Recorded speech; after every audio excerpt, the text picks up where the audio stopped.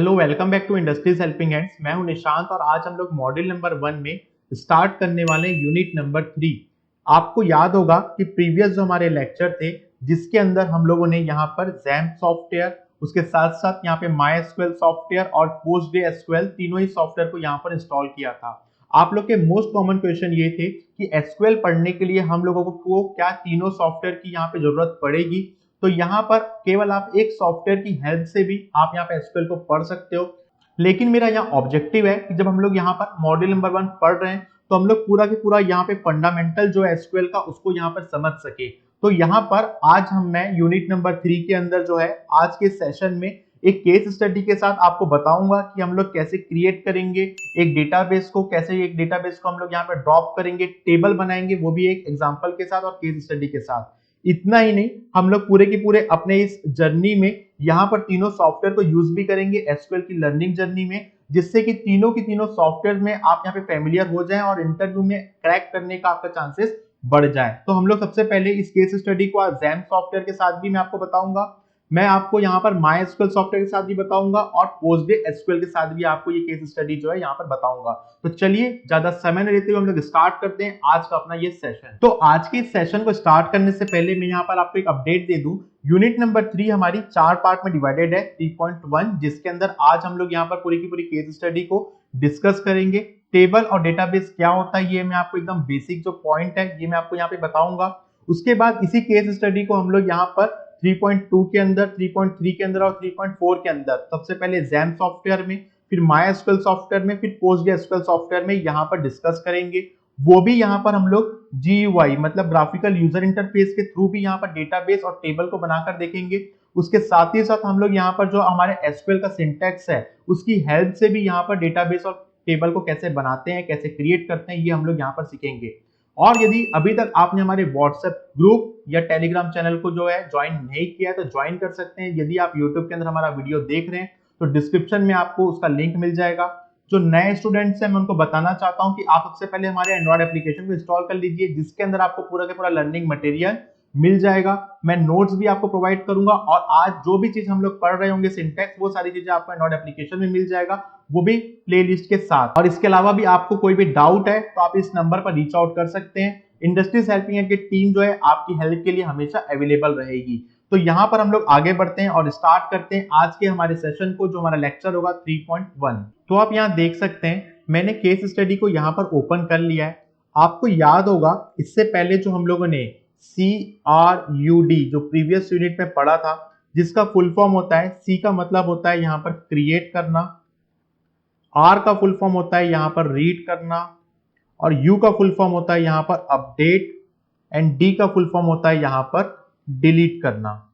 ठीक है, तो यहाँ पर CRUD को हम लोगों ने समझा था। अब इसी चीज को हम लोग इस केस स्टडी के थ्रू यहाँ पर समझते हैं। हम लोगों को क्रिएट करना है, create a database for student registration portal, ये हमारा केस स्टडी का टाइटल है। हम लोगों को स्टूडेंट रजिस्ट्रेशन पोर्टल बनाना है। जैसे कि मान लीजिए एक ऑर्गेनाइजेशन है इंडस्ट्रीज हेल्पिंग हैंड्स, उनमें जो क्लाइंट की एक रिक्वायरमेंट आई है, वो ये रिक्वायरमेंट आई है कि उनका जो कॉलेज है उसका हम लोग को डेटाबेस बनाना है। तो इस डेटाबेस को बनाने के लिए यहाँ पर डेटाबेस का नाम होगा IHS कॉलेज, जो मैं अभी आपको बनाकर दिखाऊंगा। फिर हम लोग इस डेटाबेस के अंदर जो हमारे स्टूडेंट होंगे उनकी रजिस्ट्रेशन डिटेल्स डालेंगे। जब एक लॉगिन फॉर्म बनता है तो हम लोग कुछ रजिस्टर करते हैं, जैसे स्टूडेंट अपना नाम रजिस्टर करेगा, ईमेल आईडी रजिस्टर करेगा, मोबाइल नंबर डालेगा, फिर अपना पासवर्ड को यहाँ पर जो है क्रिएट करेगा। उसके बाद वही स्टूडेंट लॉगिन करेगा अपने मोबाइल नंबर की हेल्प से और पासवर्ड यहाँ पर डालेगा, और उसकी एक स्टूडेंट की यूनिक आईडी जो है लॉगिन के बाद वहां पर आपको शो करेगी। ये एक बेसिक सा स्टूडेंट रजिस्ट्रेशन पोर्टल है। आप इस बात को यहाँ पर इस केस स्टडी को समझिए, क्योंकि हम लोग किसी भी चीज को यहाँ पे समझेंगे तो थ्योरी की हेल्प से नहीं जाएंगे, हम लोग यहाँ पर एग्जाम्पल की हेल्प के साथ स्टेप बाय स्टेप बढ़ेंगे। सो इस तरीके से अब आप यहाँ पर ध्यान दीजिए, जैसे कि एक डेटाबेस को क्रिएट करना हो गया आपका C, ठीक है, या फिर आप एक टेबल को क्रिएट करेंगे या डेटाबेस को क्रिएट करेंगे, इसको हम लोग कहते हैं सी वाला जो स्टेप है हमारा, वो हम लोग यहाँ पे कर रहे हैं। अब एक डेटाबेस यहाँ पे बन गया, एक स्टूडेंट का रजिस्ट्रेशन पोर्टल बन गया, तो भाई वहां पे हम लोग को जाके पासवर्ड को एक या फिर किसी भी डेटाबेस को रीड करना होगा, तभी तो हम लोग लॉग इन कर पाएंगे। तो ये हो गया हमारा R स्टेप। U स्टेप क्या होता है कि एक हमारा जो स्टूडेंट है उसने अपना मोबाइल नंबर गलत डाल दिया, या मोबाइल नंबर को उसे चेंज करना है या पासवर्ड को चेंज करना है, इसको हम लोग कहेंगे कि डेटाबेस को हम लोग अपडेट कर रहे हैं। या कोई स्टूडेंट जो अब अपनी आईडी को डिलीट करना चाहता है, इसको हम लोग जो है डिलीट ऑपरेशन कहेंगे। तो इस तरीके से हम लोग यहाँ पर जो हमारे सिंटैक्स है उसको भी यहाँ पर देखते जाएंगे, जो मैं आपको करना सिखाऊंगा यहाँ पर क्रिएट, इंसर्ट, ड्रॉप। तो चलिए हम लोग यहाँ पर एक केस स्टडी को समझते हुए सबसे पहले एक स्कीमा और ईआर डायग्राम को यहाँ पे बनाते हैं। उसके बाद हमारे डेटाबेस में हम लोग चाहते हैं अपने एक एक सॉफ्टवेयर को ओपन करते हैं और हम लोग यहाँ पर GUI की हेल्प से, ध्यान दीजिए मैं आपको बार बार बोल रहा हूँ, GUI की हेल्प से और SQL की सिंटैक्स की हेल्प से, दोनों ही तरफ से मैं आपको बताऊंगा कि इस डेटाबेस को हम लोग कैसे क्रिएट करते हैं। जो लोगों को GUI क्या होता है ये नहीं पता है तो मैंने बता दूं, GUI का मतलब ये होता है कि ग्राफिकल यूजर इंटरफेस की हेल्प से विदाउट कोई सिंटैक्स यहाँ पर लिखे हुए SQL का हम लोग एक डेटाबेस और हमारे जो टेबल है उसको यहाँ पर बनाकर देखते हैं। जैसा कि आप मेरी स्क्रीन पे देख रहे हैं, मैंने आज के हमारे इस लेक्चर का जो नोट्स है, वर्ड फाइल जो है हमारी, इसको मैंने यहाँ पे ओपन कर लिया है। आप यहाँ पर देखिए, किसी भी डेटाबेस को क्रिएट करने के लिए आपके पास एक केस स्टडी होती है। हम लोग यहाँ पर एक एग्जांपल के थ्रू समझ रहे हैं और आपको इसी तरीके से किसी भी प्रॉब्लम का सॉल्यूशन जो है अप्रोच करना है, तभी आप किसी भी डेटाबेस को यहाँ पे समझ सकते हैं। आप यहाँ पर देख रहे हैं सॉल्यूशन अप्रोच में स्टेप नंबर 1 आपको लिखा हुआ है स्केच, ईआर डायग्राम और स्कीमा। तो आपको किसी भी डेटाबेस को क्रिएट करने से पहले जो आज की हमारी केस स्टडी है कि हम लोग को स्टूडेंट रजिस्ट्रेशन पोर्टल स्टार्ट करना है, उसका एक स्कीमा हम लोग यहाँ पर डिजाइन या स्केच करके देखेंगे।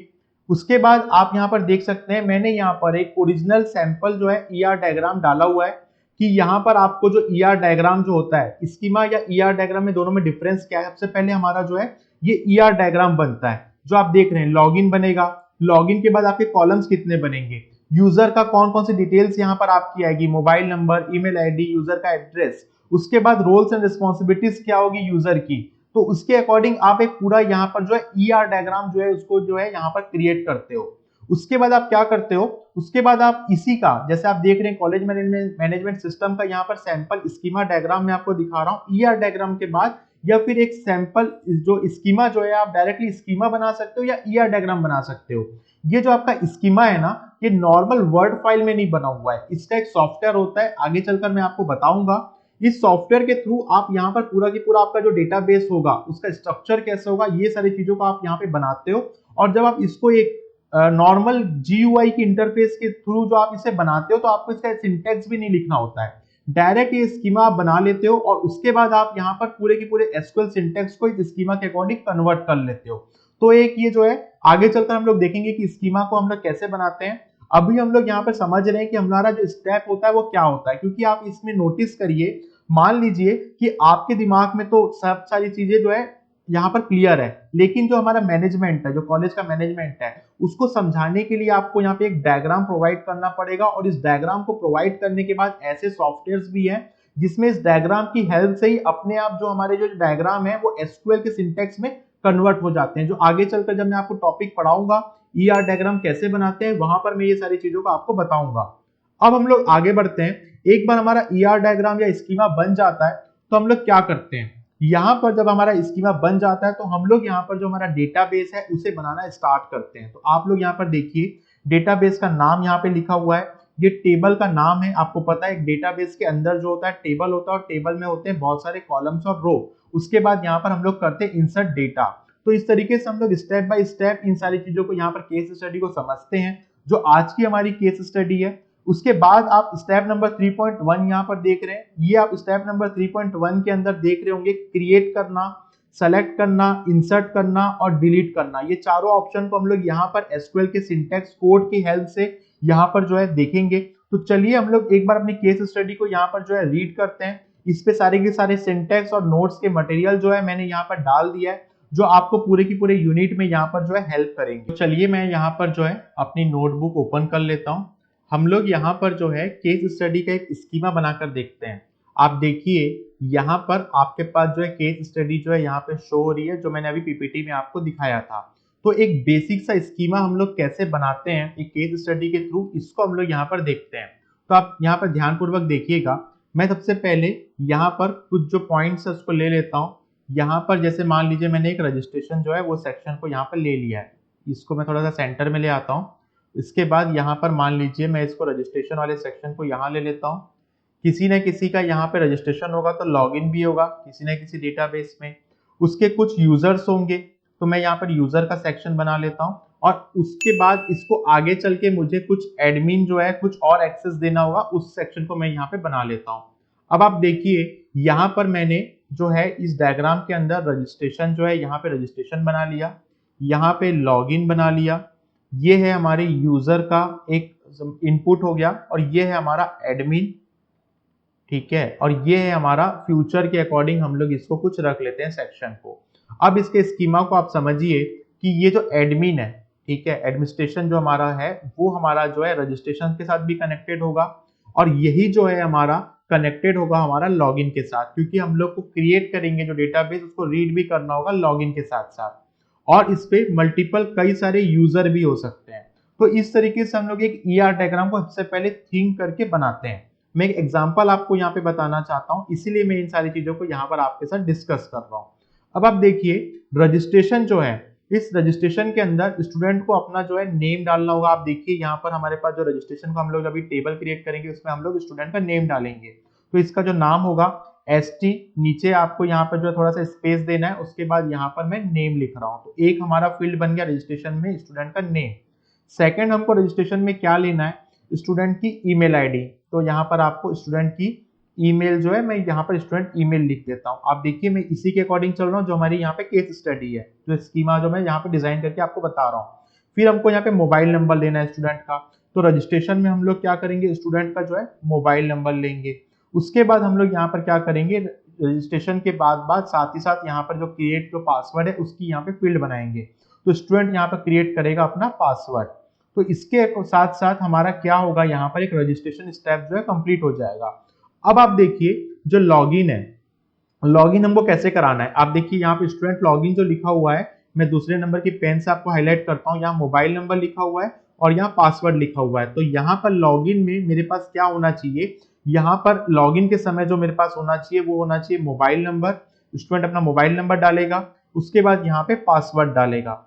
अब हो सकता है कि इसके बाद मैनेजमेंट आपको कह दे कि आपको लॉगिन के बाद यहाँ पे OTP वेरीफाई भी कराना है, जिससे कि जो हमारा रजिस्टर यूजर है वो सही रजिस्टर यूजर है कि नहीं है, वो आपको यहाँ पर इस डायग्राम की हेल्प से ही पता चलेगा। तो इसी तरीके से आप किसी भी डेटाबेस को यहाँ पर जो डील करते हैं इसी तरीके से डील करिए, तो आपको पता चलेगा कि कौन सा फील्ड आपको यहाँ पर लेना है। इसीलिए यहाँ पर ईआर डायग्राम और स्कीमा का बहुत ज्यादा इंपॉर्टेंस है यदि आप किसी भी रियल टाइम प्रोजेक्ट में वर्क कर रहे हैं तो। अब आप देखिए हम लोगों ने मोबाइल नंबर, पासवर्ड, ये सारी चीजें यहाँ पर बना ली, लेकिन अभी आपको यहाँ पर जो मिस हो रहा है वो हो रहा है स्टूडेंट की आईडी। आप देखिए ये जो स्टूडेंट की आईडी है, जो एक फील्ड है, ये हमारी मिस हो रही है। तो आपको यहाँ पर OTP, जैसे मैंने बताया, जैसे स्टूडेंट की आईडी आपको यहाँ पे क्रिएट करनी है, तो यहाँ पर स्टूडेंट की आईडी भी लेनी पड़ेगी। जो आप एक स्टूडेंट जब हमारा रजिस्टर होगा तब उसकी एक ऑटो जनरेटेड यहाँ पर यूनिक आईडी बन जाएगी। जैसे कि हर एक स्टूडेंट का रोल नंबर होता है, वैसे ही हर स्टूडेंट की एक ऑर्गेनाइजेशन में एक आईडी होती है। तो इस तरीके से हम लोग एक स्कीमा डायग्राम को यहाँ पे बनाते हैं। अब आप देखिए यहाँ पर मैं आपको ओरिजिनल जो हमारा डायग्राम है उसको यहाँ पे ओपन करके दिखाता हूँ। तो अब आप यहाँ पर देखिए कि यहाँ पर मैं हमारा जो नोट्स है उसको यहाँ पे ओपन कर लेता हूँ और यहाँ पर एक नॉर्मल सा स्केच अभी हमने बनाकर देखा है, तो उसके साथ साथ हम लोग यहाँ पे सैंपल जो है हमारे कॉलेज मैनेजमेंट सिस्टम का उसको यहाँ पर ओपन करके देखते हैं। आप यहाँ पर देखिए लॉगिन हमने भी बनाया था। इसके बाद लॉगिन के साथ साथ हो सकता है कि हम लोग को किसी चीज में यहाँ पर यूजर जो होगा हमारा, आप देखिए यहाँ पर ईमेल आईडी है, मोबाइल नंबर है, यूजर का नाम है, लॉगिन के समय कौन कौन सी हमको जो डिटेल्स है हमारे रजिस्ट्रेशन के जो डेटाबेस बना है उसके साथ हम लोग को यहाँ पे रीड करनी होगी, वो सारी चीजें हम लोगों ने यहाँ पे मेंशन की हुई है। अब इसको जो मैनेज करना है, जो हमारा फ्यूचर के लिए मैंने आपको कहा था कि हम लोग यहाँ पे जो है फ्यूचर के लिए एक सेक्शन बना लेते हैं। तो एक लॉगिन रजिस्ट्रेशन आपने करा लिया, यूजर को आपने लॉगिन कराने के बाद उसको मैनेज करना है। देखिए इस कॉलेज मैनेजमेंट सिस्टम आपको आगे चलकर बोलता है कि हम लोगों को अपनी लाइब्रेरी है उसकी बुक्स की जो है यहाँ पर कौन सी बुक इश्यू हुई है वो भी हमको दिखाना है लॉगिन के बाद। स्टूडेंट की आपकी ब्रांच क्या है, हो सकता है फीस डिटेल्स होगा, हो सकता है हॉस्टल की डिटेल्स होगी, ये सारी चीजें आप यहाँ पे सबसे पहले ईआर डायग्राम के थ्रू स्केच करते हैं। तो एक बार ईआर डायग्राम आपका स्केच हो जाता है, फिर आप यहाँ पर एक स्कीमा डायग्राम बनाते हैं, या फिर कई बार हम लोग डायरेक्ट स्कीमा डायग्राम को भी बनाना स्टार्ट कर देते हैं, जिससे कि हम लोग अपने एक क्लाइंट को, हमारे एंड यूजर को, या जो मान लीजिए एक एग्जांपल है जैसे अभी कॉलेज मैनेजमेंट है उसमें उनको बता सके कि ये जो कंप्लीट डेटाबेस बन रहा है वो किस तरीके का डेटाबेस बन रहा है, जिसके बाद ही हम लोग यहाँ पे डेटाबेस को क्रिएट करना और हमारे कोड को लिखना हम लोग स्टार्ट करते हैं। एक आपको केस स्टडी समझना बहुत जरूरी है, इसलिए मैं ये चीजों को आपको धीरे धीरे यहाँ पे समझा रहा हूँ। अब आप देखिए स्कीमा जो बनता है वो एक सॉफ्टवेयर के थ्रू बनता है। ये भी मैं आपको जब स्कीमा का टॉपिक पढ़ा रहा हूँ तब मैं यहाँ पे बताऊंगा। यहाँ पर हम लोग बहुत ज्यादा डेप्थ में नहीं जा रहे हैं। ये स्कीमा को हम लोग यहाँ पे कॉलेज मैनेजमेंट सिस्टम को बना रहे हैं। ये आपको डिपार्टमेंट है, यहाँ पर आपका हो सकता है, देखिए हॉस्टल की फील्ड बनी हुई है, क्लासरूम की यहाँ पे सेक्शन बना हुआ है, यहाँ पे ऑडिटोरियम में आपको कोई इवेंट हो रहा है वो आपको नोटिफिकेशन लॉगिन के बाद दिखाना है। उसके बाद डिपार्टमेंट में मान लीजिए एचओडी की डिटेल्स आपको दिखाना है, टाइम टेबल दिखाना है, बस का आपको शेड्यूल दिखाना है, फीस दिखाना है, लाइब्रेरी दिखाना है, कैंटीन का आपको यहाँ पे फील्ड्स बनाना है। तो ये सारी जो फील्ड्स हैं, ये सारी चीजें हम लोग प्री डिसाइडेड करते हैं स्कीमा के अंदर। तो आपको यहाँ पर एक बेसिक सा स्कीमा या स्केच डायग्राम क्या होता है ये मैंने बताया। एक प्रॉब्लम जो केस स्टडी है उसके बारे में मैंने आपको बताया कि कैसे आपको स्टेप बाय स्टेप चलना है, उसके बाद आपको कोड लिखना स्टार्ट करना है। तो आज के 3.1 लेक्चर के अंदर मेरा ऑब्जेक्टिव यही था कि आप यहाँ पर पूरी की पूरी केस स्टडी को समझ जाएं, क्योंकि हम लोग जब अभी कोड लिखना स्टार्ट करेंगे नेक्स्ट लेक्चर से तो आपको सारी की सारी चीजें यहाँ पर क्लियर रहे। उसके बाद आप देखिए यहाँ पर जो हमारा जो क्रिएट करने वाले डेटाबेस नेक्स्ट लेक्चर से हम लोग दो तरीके से करेंगे, जीयूआई और एसक्यूएल सिंटैक्स की हेल्प से।